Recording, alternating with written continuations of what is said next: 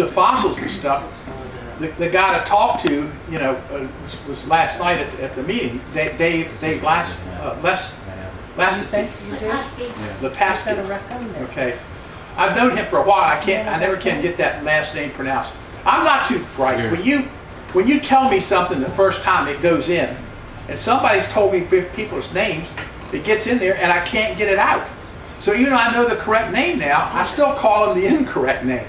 Like there's one gal that we know that's named Patty. Her name is Patty, but somebody introduces her as Gertrude or something. And to this day, I still keep calling her Gertrude. I just can't help myself. Okay, there's ivory tusk here. I don't believe we brought any of that. Here are some horse's teeth. Now, this is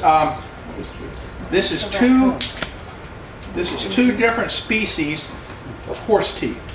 I didn't know that there was more than one species of horse tooth, but there are at least two, and that's what those are. I have a half a dozen of those. Those two right there were not. I didn't find those. Those came from a guy that was a really a fossil person. He sold fossils to the Smithsonian. His name was Hugh Kennedy. Him and his wife were doing this fossiling back in the 60s, and they're both dead now, of course. But his son, I've gotten quite a few fossils from his son because no one seems to be interested in this stuff except me. So as a matter of fact, I got a little email from him the other day, and he wants to come visit again, or wants me to come over and visit. He's got several very rare echinoids. So we're going to go see him, and maybe we'll do another one of these things later in the fall. Anyway, this is an alligator tooth. I'm not sure what all you have there and what you've done, but you can put that in the here. Stick it in the box underneath. So what's happening? It seems like the things that came out of the river are black. Well, okay, why? Why are the things coming out of the river black? Tannic acid. Tannic acid. Okay, both the Withlacoochee, and it's really bad down where our house is. We live just off the river now. We're like one block off the river. Actually, you can throw a rock from our front door. If you've got a good arm, you can land it in the river. We used to live right on the river. We had a couple of boat slips in there, but every time we'd have a storm, we travel a lot around the country. And we were up in Georgia with our grandkids for 10 years. And every time we'd get a storm warning, we had to come running back to Florida because we were only at 8 feet. So now we're at 15 feet and about 100 yards upriver. So now we don't really worry quite so much. But from the time we bought that place 25 or 30 years ago to now, the river has gotten probably twice as dark. Okay, because they have all this pollution that they're putting in upriver. They're putting all this weed killers and stuff in so guys can bass fish. I won't eat a piece of bass out of the Withlacoochee River because it is full of the pesticides that they put in, herbicides that they put in that river. For bass fishing. I'm sorry? For bass fishing. Yeah, because Why is that? Because all the weeds and stuff come up and the bass guys can't get their boats through there. And instead of getting some friggin' exercises and rowing through or poling through, well actually there's parts on the Lake Rousseau there that's pretty deep. Back up there. But they need to open the dam, blow the dam, put the manatees back up in there, and in 10 years you wouldn't have all that problem. Because when they built the dams is when they started having problems. And then their solution is to pour the herbicides in there. So, and we went up one summer, we spent half the summer pulling hydrilla from up at Blue Run, it's Rainbow River, but it used to be the Blue Run and the Blue Hole. We used to dive in that river, up in that place. Yeah, in that spring up there. I got a picture of her girlfriend in a bikini, in like a pink bikini, sitting on a log at the bottom of that hole down by the spring. And I took a picture of her and her boss from up to Smithsonian had come down with us. And I took this picture, and then I started blackmailing her boss because it looks like Diane doesn't have any clothes on at all. The way the water filtered out. I just ran across that picture here not too long ago.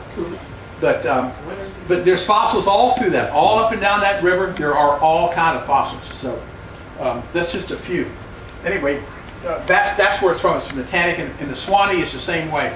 We used to dive a lot in the Santa Fe River. There's a lot of echinoids and a lot of sand dollars and stuff fossilized in the bottom of that river. Okay, and here's just some more. There's some turtle. There's a deer jaw. I think that's going around in it. And we're going to start with the echinoids in a minute. I've saved them to last. Here is a little bag. These are just oddball pieces. You know, the only thing I was interested in you looking at those for is that gives you an idea, because some of those are from Crystal River, okay, which does not have much tannic acid at all. Crystal River, when we used to go there, you could see the spring. You could look in the spring and see the little manatee statue at the bottom at 20 feet. Now you can't even see 3 feet in the water. And it's from all these people putting fertilizer on their lawns, feeding the algae, which then grows. Okay? But the stuff that we found along that river, you know, it's just it's not dark at all. The thing about it is we have fossil permits from the state, and anything we find like that, we have to give them first option at. So you send a form in every year, and if they see something that they want, and they want to see it, then you send it to them. But most of the time, the stuff we find, they kiss it off, because they know if we saw something really unusual, we would know that and we would notify them. So, but we turn our report in every year. Okay, here we're back to the shark's tooth, and this was part of another show. This right here is what I want you to see. This is a, here it is. Is that it? Yeah.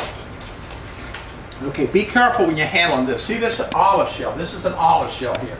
And you see the little critter here? This is right here. Okay, and this is a matrix. This is called a conglomerate matrix. It's mostly limestone. Now I'm going to tell you real briefly how that's formed. What happens is the thing will start plating out. If you take a crystal, if you have a solution sitting here with nothing, no crystals at all, just a solution, it may sit there for days, years, months, ever. It may sit there and never crystallize. You drop a crystal in there, and it will start forming on that crystal. You'll get more crystals that will grow and grow and grow. And that's sort of how these limestone matrix form.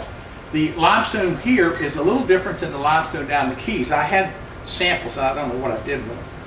But as these shells die, some of the calcium out of their shells go into solution and gets plated out on the limestone, and it forms a matrix. Then it gets in there and it recrystallizes and grows tight. Okay, these echinoids came down off the river. We're planning an expedition out there to take some folks out there sometime in the fall. But these are echinoids, and there's different kinds. And the reason I'm not telling you what kind it is, because I don't know. Okay, and they are so similar in the books that I'm afraid to quote one, because there'll be an expert. Somebody will be an expert on it, and they'll get after me in the talk. So I don't say it. I just call it an echinoid. But a lot of them you see like this. Now, remember we were talking about the fossil, the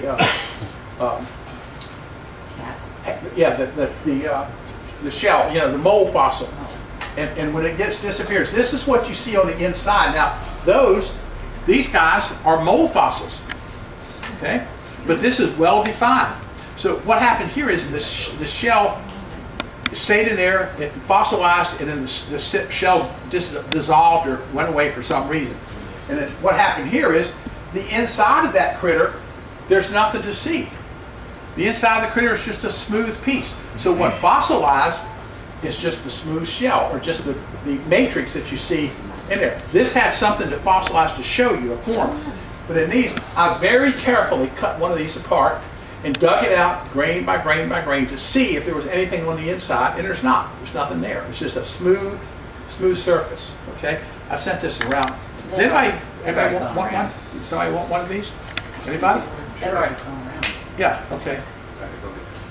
Yeah, I'm afraid to throw it because I might get this model train. She's not going to catch it anyway. Yep. Oh. Yeah, I already gave Katie one, so Yeah, she's got thank one. Okay, anyway, these are the echinoids. Now, I happen to like, I like things in matrix, because that way you know it's real. You know, and echinoids is not a real problem. You can pretty much tell. But in some of these fossils, they can be faked. And some foreigners are getting very good at it. Okay, so this is the way I like these. If you look carefully, this is an unusual echinoid. As a matter of fact, I can't identify it yet. I'm waiting for it to get. I'm going to go up to talk to the university up there in Gainesville, and I'm going to take these up there to him because I don't know what they are. I can't find this in the book anywhere. This type here, which we're going to send around, these we get just offshore. We go to the offshore islands up there, or even along the bank. Linda, what's Linda's last name? You guys know, yeah, Oh. that's Spalding. Spalding. No, not Linda Spalding, the other Linda. Oh, the other one. Oh, the lady that went up to Gainesville with us. Yeah. Anyway, she came up to the house, her and her friend came up to the house, Remember and now. we took them down there, and they just went ecstatic because the kids had just been down there. They lucked out because we had a storm. But I had just taken the school kids. 40 kids combed that beach, and there wasn't a fossil left. We cleaned it up. Jeez. And so I thought, well, this is going to be a wasted trip. But she wanted to come anyway, so she came, and we took her down there, and she found 4 or 5 of these. Okay? And she's also looking for microfossils, which we're going to talk about in a minute. I just want you to see this because this is the matrix. This is the way I like to find them. And this is another piece. Now this is very rare. This is a very rare fossil. This is not limestone. This is wait, I'm lying to you. It's nope, that's it. This is It's not phosphate. no, it's not phosphate. It's flint. This is a flint matrix. Okay, if you look at the little nodules and stuff, it's hard to tell. But this is a flint piece, and this is no, this is the flint right here. This is the flint piece, and you feel it. Yeah, When you I- pass it around, feel it. Yeah, you can tell here. Yeah, it's very heavy. Okay, so take that one and this one. This is an echinoid. I don't know if I passed that around or not. And this is another clam in matrix. And what I will do with this guy, see, there's two fossils here. This one's going to be hard to do. There's one here and one here, and I will take and slice that off like that so that it can sit. Isn't this different? This is amazing. Okay, now Easter. this is a piece. This is a kind of an unusual. This is a form of a turritella shell. If you look right here, you'll see this is wound around. This is very unusual also. This came from off of one of the spoil banks out a little bit.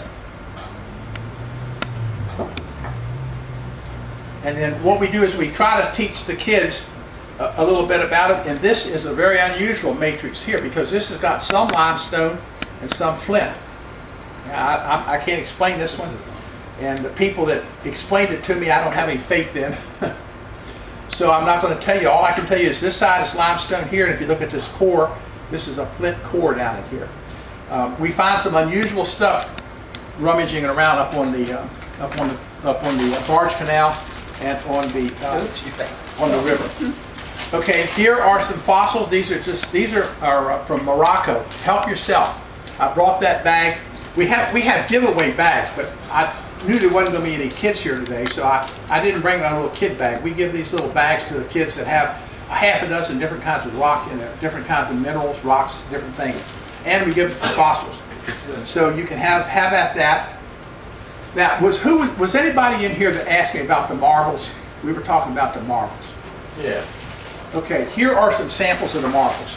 Okay, these marbles came from these marbles came from the, except for these real fancy colored ones right here. These came from up in Chattanooga, but these other marbles in here are what came from the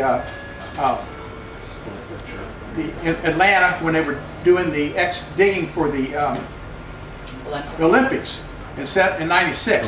Our son was down there when the guy uncovered the barrel. He uncovered 4 or 5 barrels of these marbles. It turned out it was an old marble factory that burned down in 1836. Okay, and it just got left. Well, he was there.